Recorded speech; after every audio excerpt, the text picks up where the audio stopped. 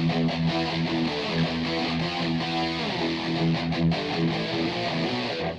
guys, this is Scott from Action Modeler, and I'm going to go over the big block Chevy 427 engine kit that I put together. Now, as you can see, I've got a parts list, and I've had to do a kind of a rough layout on the parts that come with this. And right here I have it already bagged up. I tried doing pictures and had my pictures, and then I went ahead and packaged this guy up, and I can't seem to take pictures of white parts, so I'm going to do a video of this and see if that can't turn out better. But what that means is I gotta take this apart and kind of go backtrack a little bit.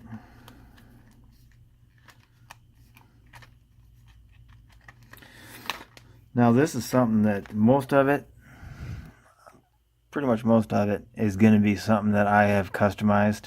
None of it is directly box recast. I see plenty of that, and I wanted to make sure I was different if I'm going to get into this. So we got the big stuff bag. I am separating them, these big kits like this.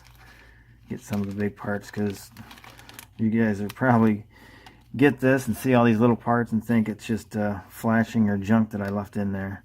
But everything in here is a part.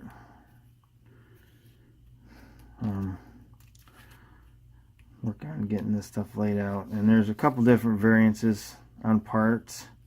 I'll try and keep it, pretty basic, and then I might offer some of the variances as a separate later on. Like oil pan, I've got different style oil pans. Open up the little guy here. Now in this kit, my complete engine kit, I have 31 pieces, which is probably as much as there is out there, or the most out there.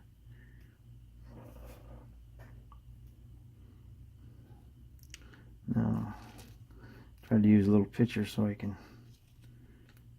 get a basic idea on what goes where. Even I gotta come over here and crank pulley 26.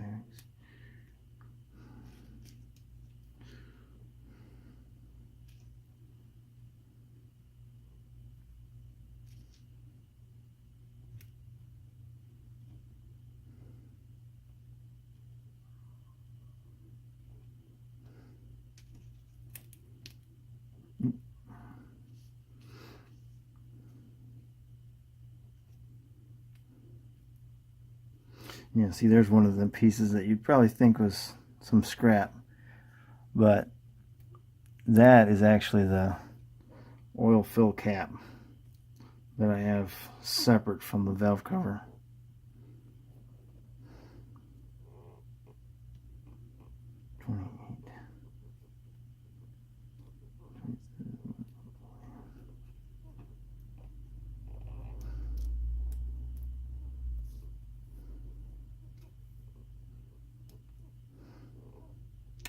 Alright, I think I got myself all laid out here. Now, see if we can't get a better look at these parts with a camera here. I've been struggling trying to get pictures of white resin parts, and I haven't been able to do it, so hopefully taking a video I'm gonna do better. But this engine started out as I think it's a 69 Camaro, the skip motion. I can't remember what it was, but yeah, it's one of the Revell kits. And I grafted in the front and back from the 66 Nova diorama engine. because yeah, it was meant to be a diorama, but I think it works, can still work for the actual kit engine. And then and then here we got the one of the oil pans. I think this is the basic default oil pan. You got your drain plug. Then it's a big block Chevy, so it's got the where the oil or the dipstick goes into the pan. You know, it's got not so blocky front end here, because you use reference pictures to see how they actually look, and they're stamped, so they're kind of messed up.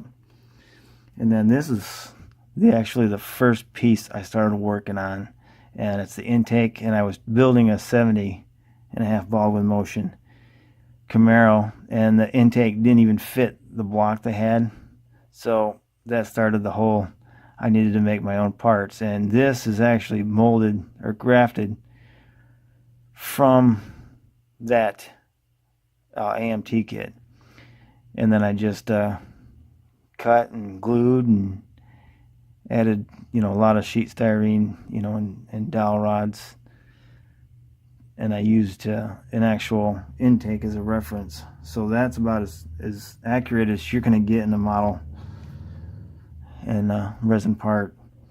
And then these were the stock manifolds, iron manifolds, out of the 69 Chevy Nova kits that I did a little bit of work on them. I got them filled in on the back so they weren't open. I'm not sure how much I did end up doing. I put a little lip on the edge, make it look like a flanged.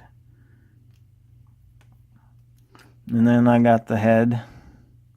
The head I ended up doing a lot of work on. That was also from the 69 Camaro kit. And what I've done here is I've actually built up the face of it some. I had to redo the bolt heads that were in here. Each end is actually different, like it would be on an actual head. And I've got the little plug that they put into the heads after they drill them. And you might see these holes and think they're air bubbles or something, but I make sure I don't cast anything with air bubbles or send it out with air bubbles. Those are actually meant to be there. That's the holes that are actually drilled into the heads for your accessories. And if you guys need a little guidance on your spark plug wires, these have holes in them and they're nearly drilled out already, so you shouldn't have any problem clearing them out the rest of the way and getting them in the right spot. And then here's the timing cover with a molded in harmonic balancer. That's probably about the only part that I left molded in. But I've put on a timing tab, and it just so happens when I wrapped the harmonic balancer with a piece of plastic, the ends of it butted up right there, and I was like, wow, that set it top dead center. So that might be something you can enhance when you're doing the paint work. And then the water pump, I just redid this, so this is a new water pump for this batch of parts. I added the power steering boss over here. It's got the boss where the alternator bracket goes on top, and then it's got the 2 bolt holes down at the bottom for the alternator bracket. And it's all been cleaned up and ready to go. It clears the timing cover. And then the starter, this is another part that I just updated, and I had to clearance the original box casting, and it ended up getting too out of round. So what I did this time is I actually cut my master and I put in a round rod to redo the solenoid. I drilled out and added a couple little pieces of round rod in the back to simulate the bolt heads that were actually holding this thing together. And then I went above and beyond, I think, and I put in drilled a little hole in there and dropped one of the photo etch Phillips heads in there. I used reference pictures as much as I could to make it look as realistic as possible. And then this is just your standard oil filter. The alternator, this is unique for me. Ended up being by accident. I was trying to get the best of everything.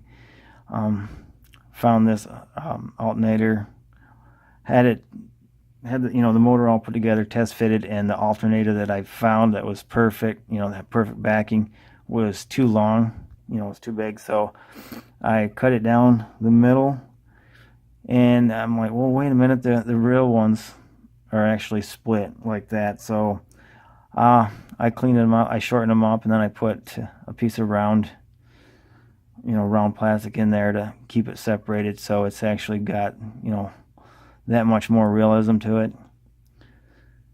This, when you guys are building these, this mount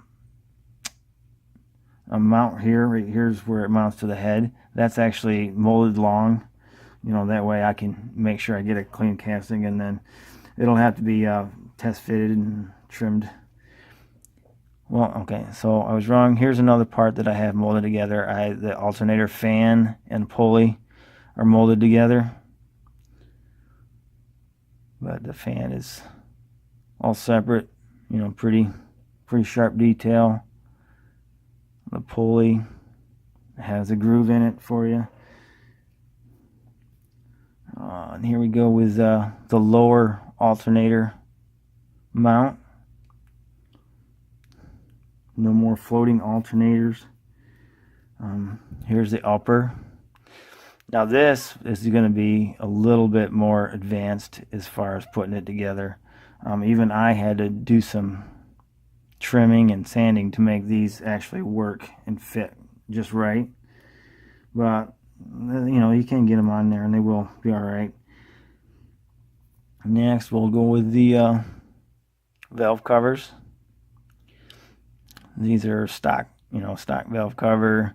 It's got the opening hole there for like your PVC. So these would be supposed to be black rubber grommets, and then you got a big hole in there, and that's where your little oil fill cap will go.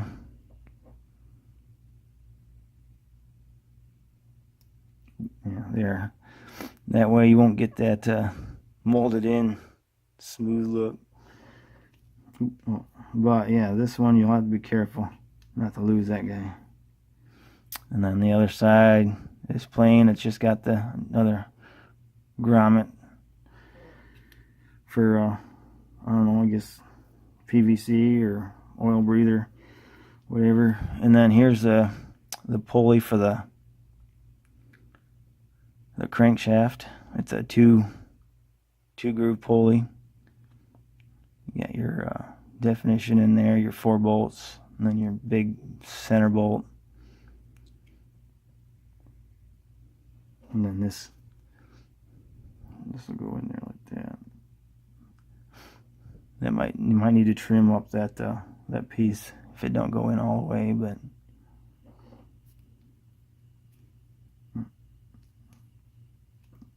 and then we'll go with this is the water pump pulley. Got your 4 bolt heads on there, and then the center's drilled out already. The back is drilled out, and that's a single groove.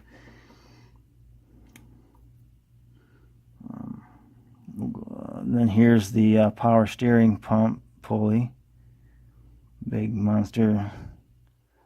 This one's still probably not the cleanest looking pulley, but it should work alright.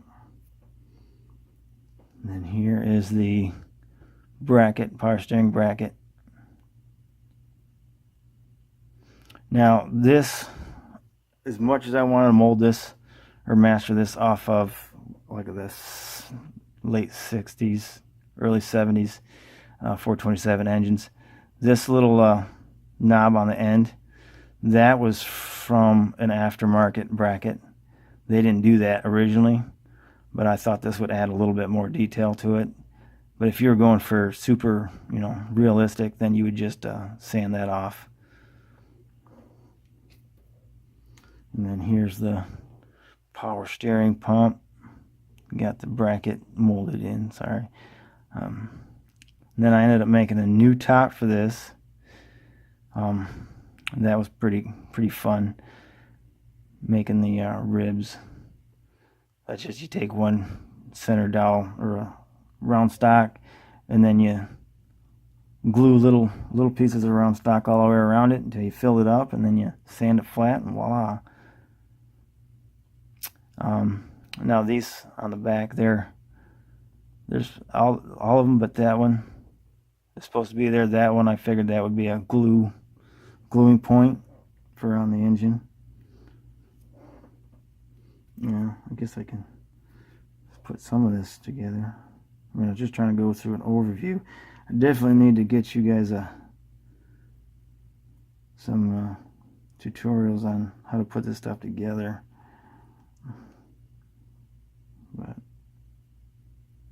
But there you go. I mean, that's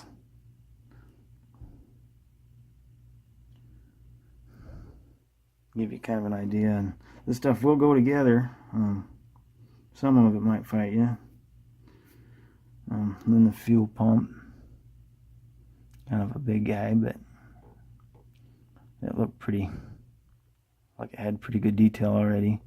And then there's a hole in here. That's for the, I think it's, well, you have to do some research, but if it's either the one going to the gas tank, it would be going down.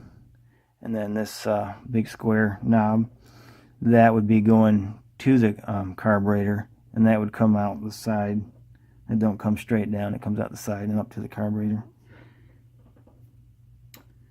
And then we'll go with the distributor cap. I'm pretty proud of this one. This was originally from the 57 Chevy street machine. I saw this and they had the holes already, started for the plug wires. So I wanted to use this. It had the sides for the screws where it hooks to the base, but the center, I don't know what they had going on with the center, but I cleaned that out and I put another tube there for the coil wire. And got it drilled out for my scratch built distributor. There's a lot of the plain old aluminum tubing distributors, and that wasn't going to work for me, not on this engine, so I ended up scratch building one. Just sort of cutting it and shaping, plastic tubing to get it to work, and then put a little knob on there. So this will might need to be trimmed a little bit, but there you go. I mean, you put that on there. Now that looks a hell of a lot better than the tube, the wire pinched into a metal tube.